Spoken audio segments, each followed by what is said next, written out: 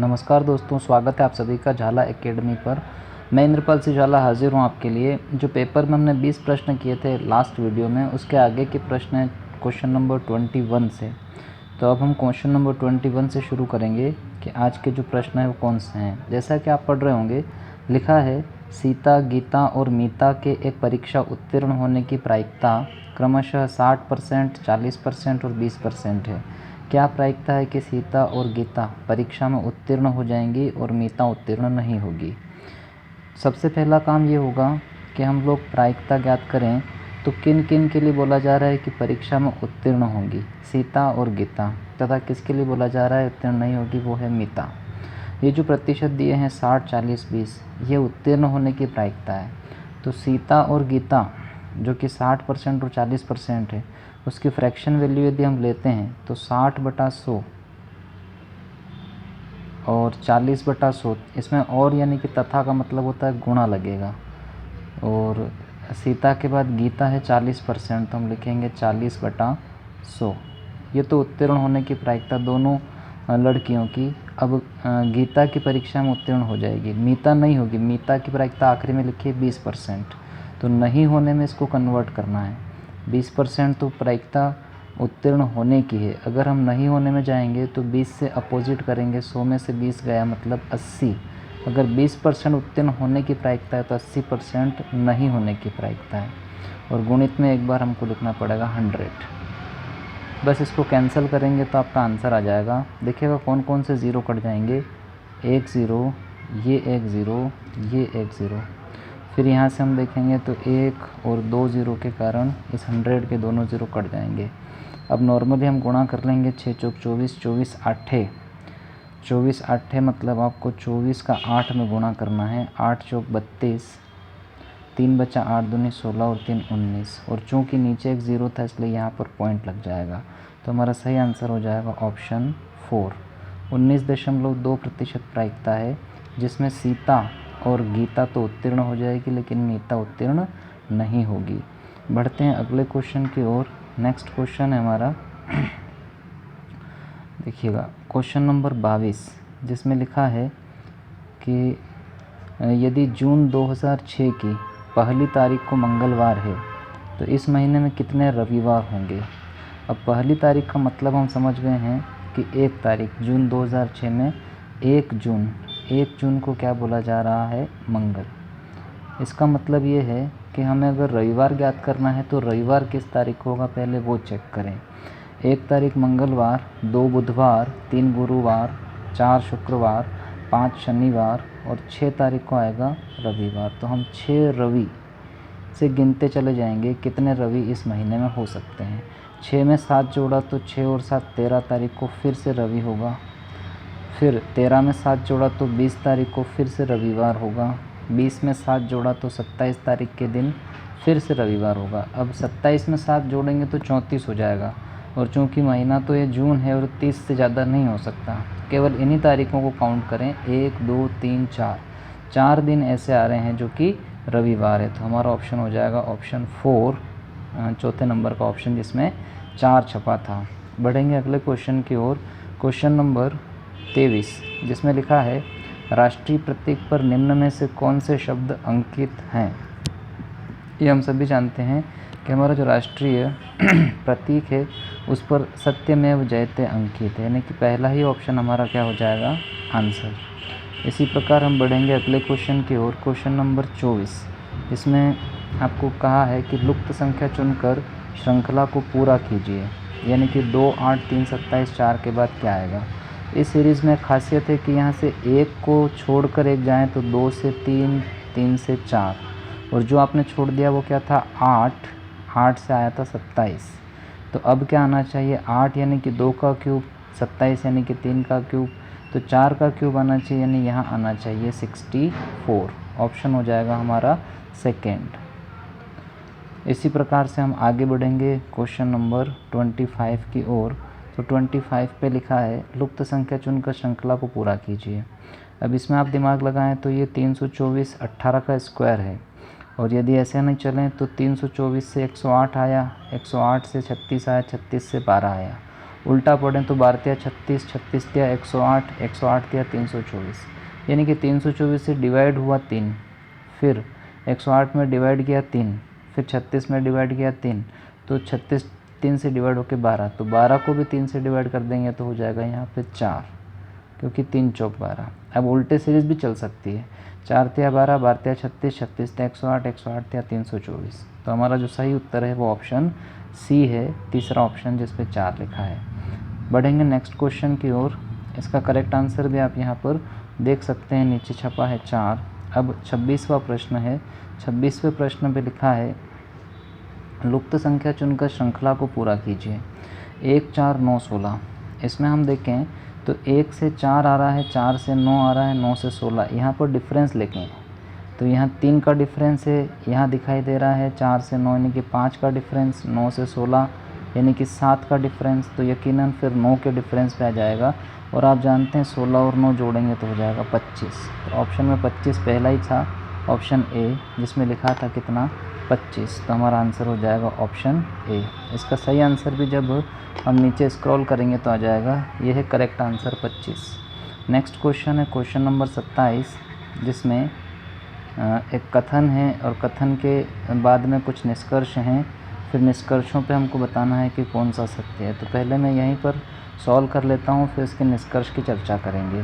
तो इसमें लिखा है उस विकल्प का चयन कीजिए जो कि कथनों और निष्कर्षों के बारे में सही है। कथन यानी कि स्टेटमेंट। लिखा है सभी कागज़ चादर है। इसको हम वेन डायग्राम में किस प्रकार बनाते हैं? सभी कागज़ चादर है, इसका मतलब ये हुआ कि कागज़ को घेरना है, कागज़ का एक रिंग बना के इस रिंग को घेरना है और क्या बताना है कि सभी कागज़ जो है वो चादर है। चादर को सी लिख देते हैं अपने समझने के लिए। फिर सभी चादर पुस्तक है, तो चादर की रिंग को भी घेरना है और घेर कर क्या बता देना है कि सभी जो चादर है वो पुस्तक है। पुस्तक को हम पी लिख देते हैं। अब ये वेन डायग्राम कह रहा है जो कथन है पूरी बात कि सभी कागज़ चादर है, हाँ, सभी चादर पुस्तक है, हाँ। अब हमको निष्कर्षों से इस चित्र का मिलान करना है। जो मिलान हो जाएगा वो सत्य है और जो नहीं होगा वो असत्य है। जैसे पहला निष्कर्ष, सभी कागज़ पुस्तक है। क्या सारे के सारे कागज़ पुस्तक में बंद है? हाँ।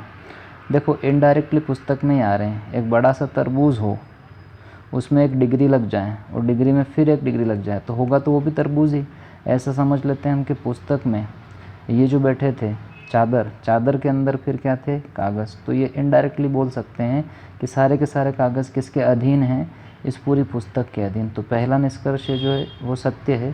फिर सभी पुस्तक कागज़ है। क्या सारे पुस्तक कागज़ है? ये गलत है। सारे के सारे पुस्तक कागज़ में कैद नहीं है, तो ये वाला गलत है। लेकिन उत्तर कहाँ रहेंगे? इसमें जो ऑप्शन दिए रहते हैं उसमें रहता है केवल पहला, केवल दूसरा, पहला या दूसरा, न पहला न दूसरा। अभी हमको समझ में आ रहा है कि केवल पहला रहेगा। हम इसके ऑप्शन चेक करते हैं, ऑप्शन क्या क्या है। ऑप्शन दिए हैं कि न ही पहला न ही दूसरा, ये गलत है। निष्कर्ष पहला दूसरा दोनों तो गलत है। केवल सेकंड अनुसरण करता है, नहीं, केवल सेकंड तो गलत है। केवल फर्स्ट अनुसरण करता है, यानी कि हमारा आंसर हो जाएगा जो लास्ट में ऑप्शन है, केवल फर्स्ट अनुसरण करता है। अब हम इसका आंसर भी चेक कर लेते हैं, करेक्ट आंसर क्या है। करेक्ट आंसर यही है, केवल फर्स्ट अनुसरण करता है। इसी प्रकार हम बढ़ेंगे 28वें प्रश्न की ओर, जिसमें लिखा है एक कथन है, फिर उसके निष्कर्ष है। इसको भी हम पहले सॉल्व कर लेते हैं, फिर उसके बाद हम ऑप्शन देख लेंगे कि कौन सा ऑप्शन सही है। यहाँ मैंने आपके लिए ऑप्शन भी शो कर दिए हैं। तो सबसे पहले कथन बनाएं, सभी खंबे दीवार है, यानी कि खंभों का जो भाग है वो सारे के सारे खंबे दीवार है। तो खंभों को हम लोग के बोल देते हैं। हमें केवल ध्यान रखना है कि के मतलब खंबे।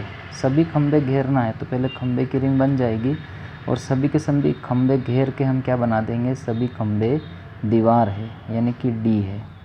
फिर कह रहा है कि सभी दीवार घर है, सारी की सारी दीवार को घेरना है और किस में बंद करना है? सभी की सभी दीवार घर है, घर को जी बोल देते हैं।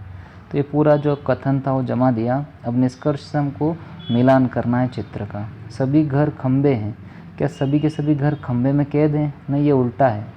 सारे घर कैद नहीं हैं, सभी खंबे कैद हैं, तो पहला गलत हो गया। दूसरा देखते हैं, सभी खंबे घर हैं, क्या सभी के सभी खंबे घर हैं? हाँ, इनडायरेक्टली सही है, क्योंकि खंबे जो हैं वो बहुत बाहर घर है उसके अंदर ही आ रहा है। तो इस प्रकार हम दूसरे को सही मानते हैं। तो इसमें न ही पहला न दूसरा, ये नहीं लगेगा। पहला दूसरा दोनों, ये नहीं लगेगा। केवल दूसरा, हाँ, ये वाला ऑप्शन लग जाएगा, केवल दूसरा अनुसरण करता है।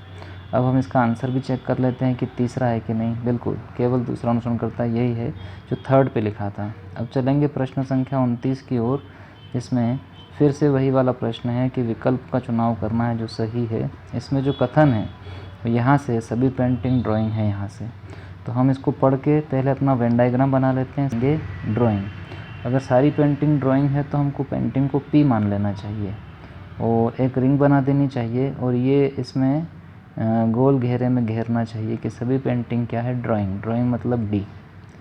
फिर उसके बाद लिखा है कोई भी ड्राइंग तस्वीर नहीं है। अगर ड्राइंग तस्वीर नहीं है तो ड्राइंग से ऐसे क्रॉस करके एक रिंग बनाएंगे दूर और कह देंगे कि कोई भी ड्राइंग जो है वो तस्वीर मतलब टी नहीं है। अच्छा, नहीं होता है तब हम क्या करते हैं, जैसे तस्वीर नहीं है तो इसको हम ऐसे डार्क कर देंगे, यानी कि ये टी लिखा था यहाँ पे, तस्वीर नहीं है, ये अपने ध्यान में रखना है। और ड्राइंग से नहीं बोल रहा था तो ड्राइंग को भी काला करेंगे, तो काला करने में क्या होगा कि इस प्रकार डार्क करते करते पी भी पूरा डार्क हो जाएगा।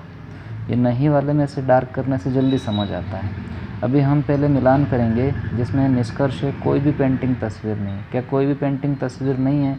हाँ, दोनों के मन आपस में काले हो गए। सही बात है, कोई भी पेंटिंग तस्वीर नहीं है। कोई भी तस्वीर ड्राइंग नहीं है। क्या कोई भी तस्वीर, जो लास्ट में लिखा तो कोई भी तस्वीर ड्राइंग नहीं है। हाँ, तस्वीर भी कोई ड्राइंग नहीं है, दोनों के बीच में क्रॉस है और दोनों डार्क है, तो ये भी सही हो गया। इस प्रकार हम कहेंगे कि दोनों अनुसरण करते हैं, जो कि सेकंड ऑप्शन पे छपा हुआ था। Both conclusion first and second follows, यानी कि ऑप्शन लग जाएगा सेकंड। अब हम इसका करेक्ट आंसर भी चेक कर लेते हैं। फर्स्ट और सेकंड दोनों अनुसरण करते हैं। अब बढ़ेंगे अगले क्वेश्चन की ओर, क्वेश्चन नंबर 30, जिसमें लिखा है कथन है फिर निष्कर्ष है। इसको भी हम पहले वेन डायग्राम से करेंगे सॉल्व। कथन के अनुसार वेन डायग्राम बनता है, कुछ लड़के पेंच हैं, लड़कों की जो रिंग बनेगी एल, उसको कुछ काटना है, और कुछ लड़के पेंच है तो पी लिख देते हैं। फिर लिखा है सभी पेंच नट है, तो सारे पेंच घेर लीजिए और सारे पेंच घेर के क्या कर दीजिए, नट। नट मतलब एन। अब वो कह रहा है कि कुछ लड़के नट हैं। क्या लड़कों का कुछ भाग नट है? यस, लड़कों का कुछ भाग नट है, ये बात सही है। सभी नट लड़के हैं। क्या सारे सारे नट लड़के हैं? सारे नट तो लड़के में कैद नहीं हुए, ये बात गलत है। तो इसमें केवल पहला अनुसरण करता है, यानी कि ऑप्शन हमारा लास्ट वाला है, ये केवल पहला। हम इसका उत्तर भी चेक कर लेते हैं कि केवल पहला है क्या। हाँ बिल्कुल, केवल निष्कर्ष पहला सही उत्तर है। प्रश्न संख्या 31, जो कि एक जीके का क्वेश्चन है, ये तो वैसे भी आपको याद ही करने होते हैं। विभाजन परिषद के अध्यक्ष कौन थे? यह हमें पता है, लॉर्ड माउंटबेटन जो हैं वो विभाजन परिषद के अध्यक्ष थे जब भारत और पाकिस्तान का विभाजन हुआ।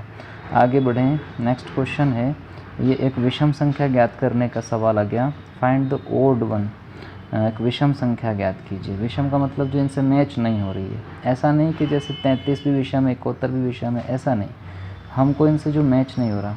अब हम यहाँ से देखें तो 24 से आया है 33, 24 फिर 33, 33 से फिर 60, 60 से फिर 71, 71 से 51, 51 से फिर 15। अब इसमें विषम संख्या क्या होनी चाहिए? तो इसमें यदि आप ध्यान लगाएं तो 24 भी भाज्य संख्या है, 33 भी भाज्य है, भाज्य मतलब डिविजिबल, 60 भी भाज्य है, 51 भी भाज्य है, 15 भी भाज्य है, लेकिन ये जो 71 है ये एक प्राइम नंबर है, अभाज्य है। तो इसमें विषम संख्या जो मिल गई वो मिल गई 71। इसका करेक्ट आंसर भी देख लिया हमने, 71। अगला प्रश्न है, सुशासन दिवस भारत के पूर्व प्रधानमंत्री के जन्म दिवस पर आयोजित किया जाता है। भाई सुशासन दिवस किसके जन्मदिन पे? लाल बहादुर शास्त्री? नहीं। इंदिरा गांधी? नहीं। अटल बिहारी? हाँ, ये सही ऑप्शन है। अटल बिहारी वाजपेयी के बर्थडे के दिन हम मनाते हैं सुशासन दिवस। सुशासन मतलब अच्छा शासन जिन्होंने किया, तो इसका तीसरा आंसर था अटल बिहारी वाजपेयी। नेक्स्ट क्वेश्चन है क्वेश्चन नंबर 34, जिसमें लिखा है दिबांग वन्यजीव अभ्यारण्य भारतीय राज्य खालिस्तान में स्थित। दिबांग किस में स्थित है? ये दिबांग राष्ट्रीय उद्यान आपने याद किया होगा, अरुणाचल प्रदेश में स्थित है। इसका करेक्ट आंसर भी चेक कर लेते हैं। हाँ बिल्कुल, अरुणाचल प्रदेश। नेक्स्ट क्वेश्चन है, 1983 में जिस राष्ट्रीय पार्क को टाइगर रिजर्व घोषित किया गया था वह खालिस्तान राष्ट्रीय पार्क है। पनपाथा, संजय डुबरी, पेंच या कान्हा? तो वो 1983 वाला था पेंच राष्ट्रीय उद्यान, तो पेंच पे हम लोग कर देंगे मार्क, और इसका सही आंसर भी देखते हैं। बिल्कुल पेंच राष्ट्रीय उद्यान सही है। नेक्स्ट क्वेश्चन है क्वेश्चन नंबर 36, जिसमें फिर से हमको लुप्त अक्षर को चुनकर श्रृंखला को पूरा करना है। लुप्त अक्षर मतलब ये जो डैश डैश लगे हैं इनकी जगह पर इन ऑप्शन में से क्या आना चाहिए। तो ऐसा करने के लिए सबसे पहले हम इनको टोटल कर लेंगे, यानी कि ये अक्षर हैं कितने। थोड़ा सा इसका रूप बड़ा कर लेते हैं ताकि आपको ये अच्छे से दिखाई दे। ये कुछ इस प्रकार से हैं, PQRP इस प्रकार से। इसको हम काउंट करते हैं 1 2 3 4 5, 5 मतलब खाली स्थान, 6 7 8 9 10 11 12 13 14 15 16 17 18 19 20 21 22 23 24 25 26 27। ये 27 हो रहे हैं। इसका मतलब ये है कि हम या तो 3 नम 27 कर सकते हैं या पूरा ले लें 9 के 3 टुकड़े। तो 4 5 6 7 8 9, ये आर के यहाँ पर विभाजन। फिर ट्रिपल पी है, फिर उसके बाद 9 गिने, ट्रिपल पी 3 4 5 6 7 8 9, ये विभाजन यहाँ होगा। फिर उसके बाद में 9 बच जाएंगे। अब इनमें हमें ये सेट करना है कि भाई क्या आना चाहिए। तो आप ये ध्यान लगाएं कि लास्ट में 2 आर हैं, मतलब जो ख़त्म हो रहा सब आर पे हो रहा है। तो 2 आर पे ख़त्म हो रहा, तो यहाँ पर आर होना चाहिए।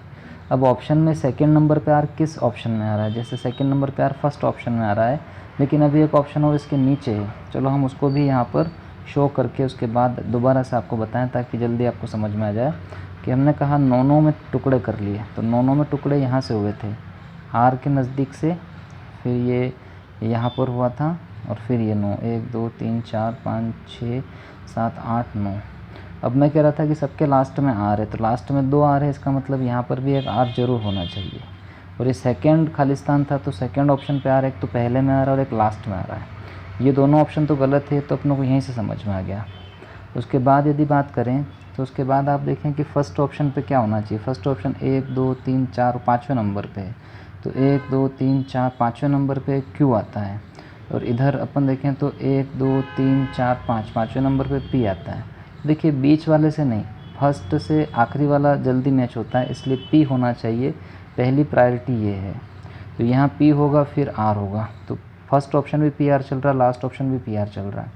अब बात को आगे बढ़ाएं तो यहाँ पर क्या होना चाहिए, ट्रिपल पी है, फिर यहाँ बीच वाला कुछ समझ नहीं पड़ रहा। फर्स्ट और लास्ट लगभग सेम बनने की कोशिश कर रहे हैं, क्योंकि देखिए लास्ट में आर आर, लास्ट में आर आर, उससे जस्ट पहले यहाँ पर पी पी है, तो यानी कि यहाँ पर भी एक क्या होना, पी पी मतलब सॉरी क्यू क्यू है, तो यहाँ पर भी एक क्यू होना चाहिए।